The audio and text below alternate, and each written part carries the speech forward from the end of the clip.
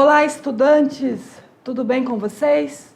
Estamos dando continuidade à trilha Parcimônia da Amazônia, com tantos conhecimentos, né, sobre essa nossa região maravilhosa, conhecida no mundo inteiro, que é a Amazônia.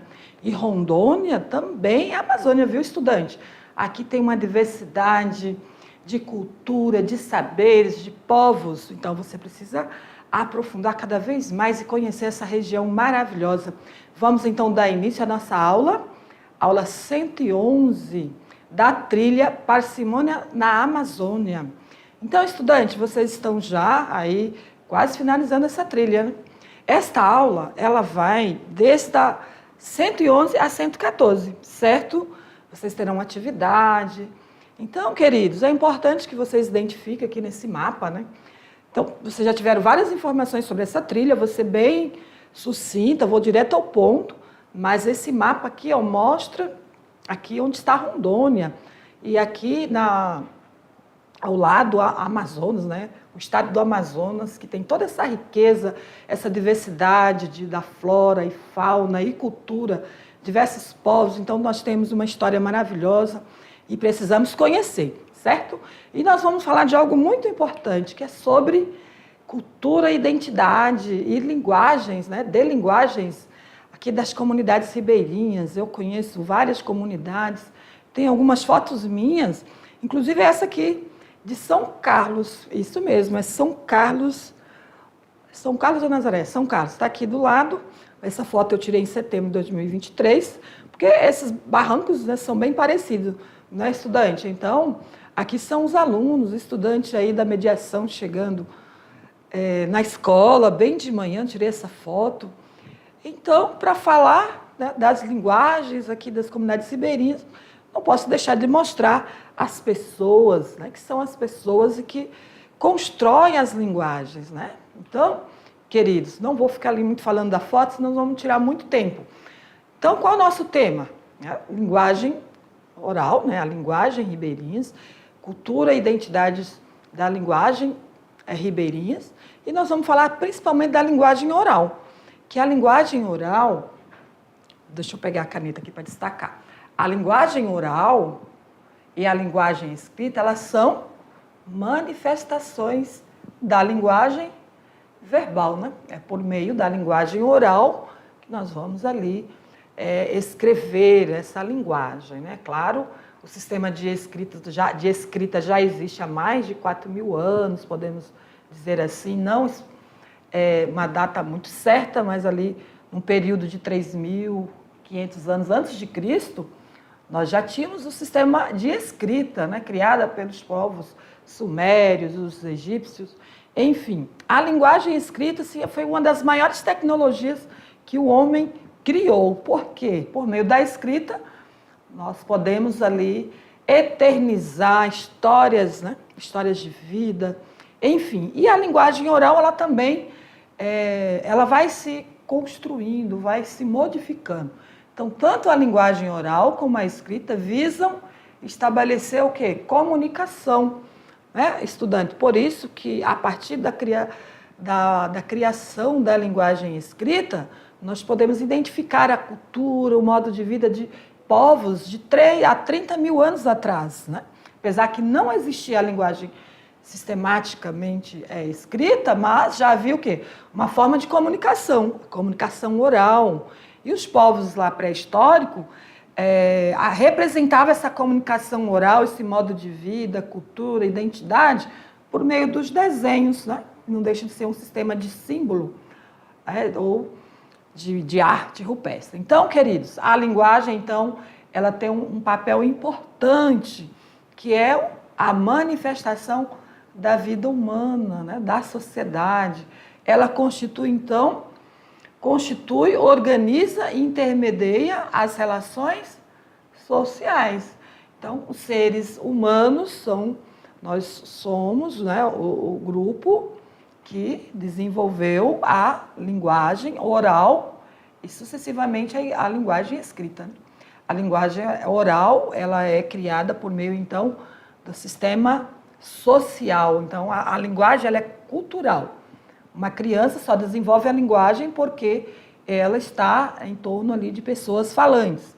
Então, é através dela que se pode representar e interferir na realidade, desde o instante que interagimos uns com os outros. Aqui uma foto, uma comunidade que eu estive, para registrar aí, né, esse modo de vida, como, por exemplo, os flutuantes, a margem do rio. Eu tirei agora, recentemente, no distrito de Calama, essa foto, estive lá fazendo observação de campo, conhecendo ali a comunidade. Característica da linguagem oral, estudante. Ela aproxima o emissor e o receptor quem fala, o receptor é quem ouve, quem fala também, estabelece um contato com o destinatário, é espontânea e informal, tá? Linguagem oral. Então, não precisamos ter tanta preocupação ao expressar a linguagem oral, porque ela é informal, possui maior, então, liberdade, né? Nós temos liberdade para falar, podemos falar de frente para trás, de trás para frente, podemos criar palavras novas na linguagem oral, porém, na escrita precisamos do quê? Obedecer ao cumprimento da norma culta. A linguagem oral, estudantes, também é passageira, encontra-se em constante renovação. Mas como assim, professora? A linguagem oral renova, sim, conforme a sociedade vai se transformando, modificando, a linguagem também vai se transformando. Ela não requer escolarização, mas também é um processo aprendido socialmente, como eu já falei, tá? Mas então para falar não precisa ter conhecimento, não precisa ter formação. Porém, estudante, nós percebemos a diferença em quem tem um grau de instrução, ali a sua forma de expressar oralmente é diferente daquela pessoa que não esteve numa escola, por exemplo. Então, é claro, nós não podemos ter preconceito pela linguagem oral de um sujeito que não teve instrução formal numa escola, numa academia, certo? A linguagem oral, ela é possível a gente, né, nós compreendermos o que está sendo falado, porque a linguagem oral ela é mais simples, certo? Ela tem o objetivo de expressar ali aquela informação, né? Porém, a linguagem informal, ou a norma culta, a pessoa já vai estabelecer ali um padrão, né? Buscar, então, atender a norma culta. Principalmente na escrita, estudante. Vocês que estão em fase aí de conclusão do ensino médio, que vão passar por uma prova do Enem, vão fazer redação, né? Vão ter que fazer uma avaliação de uma redação também, além das questões, dos itens, precisa ter essa preocupação de escrever corretamente, conforme a norma culta, certo? Porque vai garantir uma pontuação melhor, certo? Então, vamos lá, vamos voltar para a tela e continuar aqui falando sobre as características da linguagem oral. Ela usa recursos extralinguísticos, como entonação, gestos, postura, expressões faciais, tudo isso que facilita a compreensão da mensagem. Como eu disse, a linguagem oral não tem necessariamente, não é necessário ter ali uma instrução formal, ter estudos, né? A pessoa vai fazer o máximo possível de ser compreendido. Vai utilizar gesto, entonação, expressões faciais para que a mensagem seja repassada. Porém, na linguagem escrita, vai ser diferente, não podemos escrever de qualquer jeito. Apresenta repetições e erros que não podem ser corrigidos, apresenta um vocabulário reduzido e construções frásicas mais simples. Tudo isso na linguagem oral, certo? Professora, por que a senhora colocou essa imagem aí dessas árvores, desses pés de manga aí, falando de linguagem oral? Porque eu achei muito interessante. Esses pés de manga lá em Calama, estudante, tem mais de 100 anos. Falaram até de 200 anos. Então, olha quantas pessoas passaram por aí, né? Há 100 anos atrás, a linguagem oral era bem diferente da linguagem oral, né? A mais recente, né? No momento atual. Tanto a escrita também. Então, as normas também vão se atualizando, assim como a linguagem oral. As pessoas que nesse período aí, que migraram do Nordeste, de outros países, né? Eu vi lá pessoas falando, relatando que tinha portugueses ali, então pessoas que trouxeram ali uma linguagem oral europeia, né? E ali foi se estabelecendo e recriando essa linguagem. Então eu destaquei esses pés de manga aí centenários, né? Estudante, a linguagem, então, é um processo de interação e é dinâmica. Por quê? Porque já que vai se moldando à medida que flui da interação com o outro. Nessa concepção socio-interacionista da linguagem oral, identificamos, então, a constituição identitária do indivíduo nas atividades desenvolvidas de acordo com seu valor. Ah, mas o que tem a ver isso, professora? Identitária? Porque nós estamos falando da linguagem oral de comunidades que moram ali à margem do Rio Madeira, né? São cidades, porém distanciado aqui do perímetro urbano de Porto Velho, são cidades, são pequenas comunidades que fazem parte de Porto Velho, né? Ou seja, são distritos como São Carlos, Nazaré, Calama e outras pequenas comunidades. Então, essas comunidades que nós identificamos como ribeirinhas, que moram às margens do rio, têm ali sua identidade própria. Não é verdade, estudante? Tem suas identidades, tem as suas práticas laborais diferentes de um outro perímetro urbano. Também modos de vida, saberes e práticas, muito específico. Então, a linguagem tem a ver com isso. E todas essas práticas sociais só se concretizam por meio da linguagem. Então, os mitos, as lendas, as histórias orais contadas pelas avós, bisavós e tias, né, é muito específico aí dessa localidade, dessa identidade aí das comunidades. E aqui uma foto minha também, já recente, né? Distrito de Calama, com essa embarcação linda aqui. Eu amo barcos, né? E o rio lá, no fundo, né? Período aí de seca. Outras fotos também que marcam aqui a identidade dessas comunidades. Tem muitos flutuantes, muitas casas às margens do rio. Olha, nós observamos aqui, ó, vários flutuantes. Várias pessoas que moram aqui também nesses flutuantes. Outras são comércio, outras são para tipo um porto, né, onde as embarcações, os expressos chegam, e mais a comunidade que estão aqui a essa margem, né, acima aí dessas árvores. E essas pessoas têm uma relação muito próxima com o ciclo do rio, com a seca, com também o período das águas, período de cheia. E aqui eu tenho essa imagem também de Calama, desta ponte de madeira ali, período de seca, né? No rio não está seco, mas com as chuvas isso aqui fica alagado. Forma-se um rio aí, que eles aparecem na seca. Então as pessoas passam nessa ponte aí, acho que é ponte mesmo, né? Que eles chamam lá, ou corredor de madeira. E aqui as pessoas têm várias, né, relações de conversas, de amizade. Eu andei várias vezes nessa ponte e o tempo todo eu dava bom dia às pessoas, crianças que passavam. Não conseguia parar para conversar, né? Até porque eu uma pessoa estranha. Mas, enfim, estudantes, seguindo aqui, a identidade de um indivíduo se constrói também na língua e por meio dela. Isso significa que o indivíduo não tem uma identidade fixa, anterior e fora da língua, certo? Então, o nosso modo de falar tem a ver com as nossas identidades, no local onde moramos, da família que pertencemos, certo? Da comunidade em que convivemos. Então, a construção da identidade de um indivíduo na língua e por meio dela depende também da própria língua em si.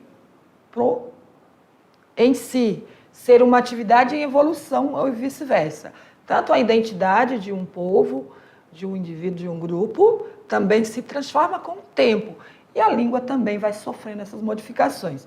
Em outras palavras, a identidade da língua e do indivíduo tem implicações mútuas, né? Ocorre ao mesmo tempo ali, segundo essa autora. E ali um outro pé de manga, né? Naquela mesma período ali, tempo de vida, como relataram para mim. Mais de 200 anos. Eu duvidei um pouco mas novinhas essas árvores não são, viu? São pela grossura do tronco. Aqui uma outras imagens lindas que eu não posso deixar de destacar. Esse paraíso que nós temos aqui. Eu esqueci o nome desse rio aqui. Não vou falar porque eu esqueci, né? Não anotei. Mas é um rio que eu fiz um passeio com uma família lá em Calama. E aqui o pôr do sol em Calama, de cima do barranco. Olha que lindo. Eu vou mandar pintar uma tela, ou eu mesma vou pintar essa tela com essa imagem. E aqui uma imagem dentro de uma escola, Ana Adelaide, doutora Ana Adelaide, não posso deixar de trazer essa imagem aqui dos saberes ribeirinhos. Então, queridos estudantes, que não só os que moram às margens do Rio Madeira, mas de outros rios, nós temos várias comunidades ribeirinhas, abaixo Madeira, acima, né, no Alto Madeira, e outros rios que nós temos em Porto Velho, em Rondônia, como Rio Jamari, tem um Rio Machado, que eu conheci lá em Cacoal, em outros municípios de Paraná, tem um outro rio aqui, Candeias. Então, nós temos vários rios em Rondônia que há povos, né, comunidades que moram às margens. E essas comunidades têm aí suas identidades e também suas linguagens próprias. E outras comunidades indígenas, comunidades do campo. Então, olha quanta diversidade linguística nós temos em Rondônia. O modo de vida, então, do homem ribeirinho, seja lá do urbano, do rural, do campo, e das diversas localidades, né, das comunidades indígenas, dos diversos povos indígenas que nós temos também em Rondônia, falam diversidade de línguas que nós não sabemos, né, nós não conhecemos, mas os nossos estudantes aí da mediação conhecem e vai trazer aí uma lista de linguagens, né, aí na sua comunidade. Então, é marcado por uma íntima relação de vivências, equilíbrio e aprendizado com a natureza. Então, todas as comunidades que estão distante do perímetro urbano têm ali, então, uma relação com a natureza, né? Por isso que eu sempre trago essas imagens aí do rio. O rio é o centro aí das atenções. Então, é também uma relação de aprendizado, magia, encantarias das matas e das águas, né? Tem muitos textos, poemas criados por autores aqui rondonienses sobre o rio. Nesse aspecto, o viver ribeirinho, o viver do homem do campo, o viver dos povos indígenas, o viver do homem urbano também está condicionado não somente em morar à beira do rio, mas está apoiado em vários elementos materiais e imateriais, que vocês aprendem esses termos aqui lá em história, em arte, característico do seu modo de vida. Então, tudo isso, a linguagem é relacionada ao modo de vida. Seu olhar e percepção de mundo são diferenciados. Certo, estudante? Não esqueçam que Porto Velho está aqui, ao lado do Rio Madeira. Então, Porto Velho também, mesmo sendo um perímetro urbano, com um número maior de pessoas, também tem uma relação com o Rio Madeira, quando enche, quando seca, né? Tudo isso tem a ver conosco aqui, com as nossas vivências, modos de vida. Temos poetas que expressam aí essa relação com o rio. E aqui uma imagem também ainda de Calama. Olha aqui as ruas de Calama como é, né? Bem estreita, com muita árvores, né? As casas muito próximas uma da outra, e sempre ali as embarcações. E aqui uma imagem de um local muito interessante, que é esse local aí, que tipo um local de cultura, né? De exposição das lendas locais. As narrativas ribeirinhas da comunidade Nazaré, que é distrito de Porto Velho, Rondônia, trazem em sua estrutura toda uma tradição da oralidade, baseada então nos contos místicos, né, contado de geração a geração. Trata então de experiência comunitária, compartilhada por todos da comunidade, como fator o quê? De identidade, né? No caso, a identidade ribeirinha. Não se deixa, então, de ser uma representação artística, porque são textos orais, muitos são textos escritos, sustentados, então, por critérios formais, como musicalidade, ritmo, estilo, e recursos, como figuras de linguagem, Então, estudante, olha quanta riqueza nós temos na cultura ribeirinha, as lendas também orais e as lendas que estão expressas em textos escritos, as músicas, nós temos o grupo Raízes, né, que cantam melodias maravilhosas. Estava ouvindo esses dias sobre uma melodia do grupo Raízes de Nazaré. Então, muita riqueza cultural que nós temos. Além de uma poeticidade verbal própria da fala, da sabedoria transmitida, segundo essa autora Norberto, né, uma jornalista aqui de Rondônia, de Porto Velho, e a imagem aqui dizem tudo, né?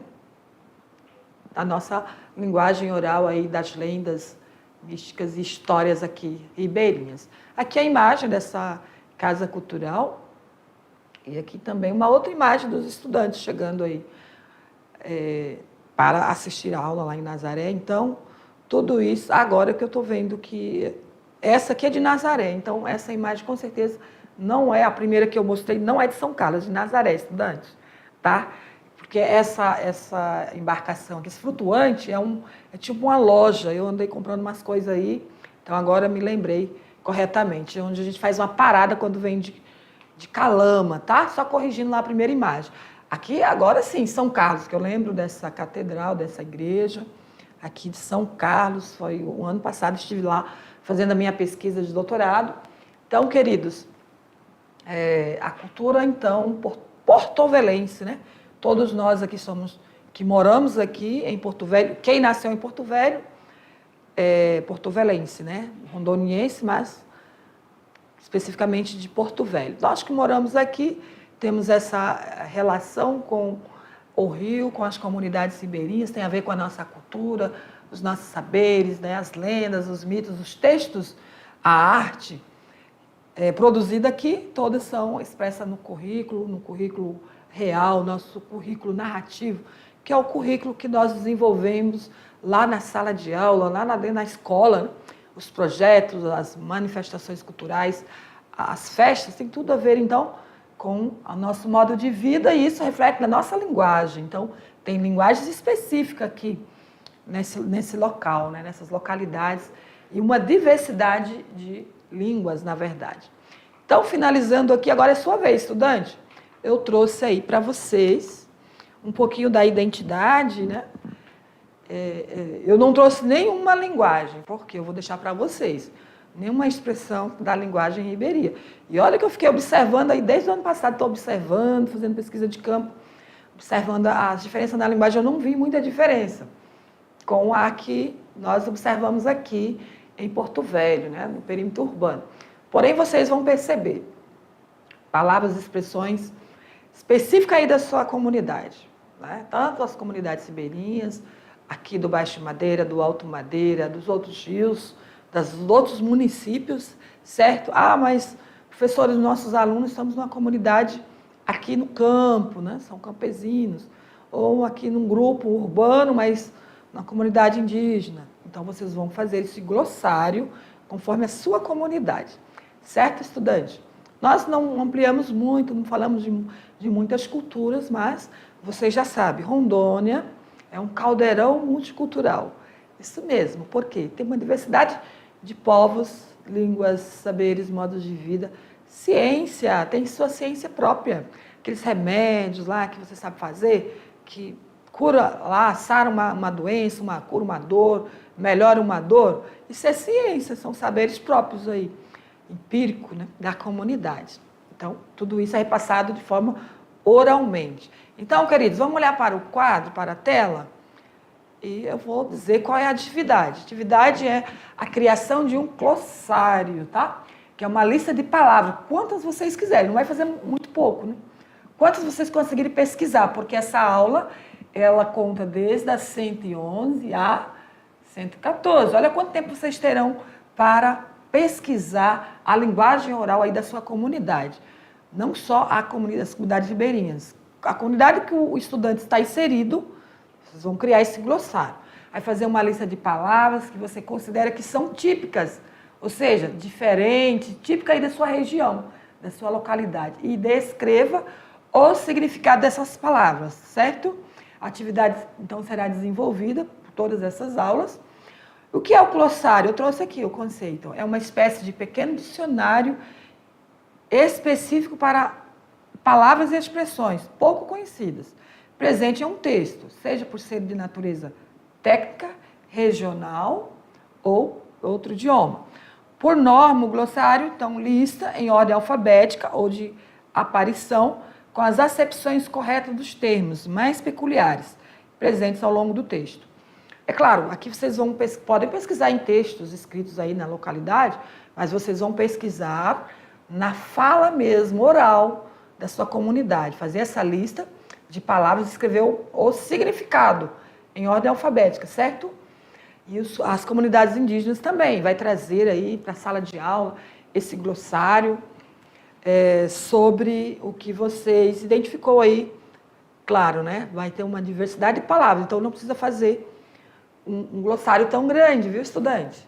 E vocês podem brincar com esse dicionário, aproveitar, trazer imagens, fazer desenhos do significado dessas palavras, né? Enfim, vai depender da criatividade de todos vocês aí, tá? Professor presencial, orienta bem os nossos alunos, estimule eles a fazerem essa atividade, vocês vão descobrir coisas maravilhosas aí na sua linguagem oral que você fala todos os dias e nem percebe, tá?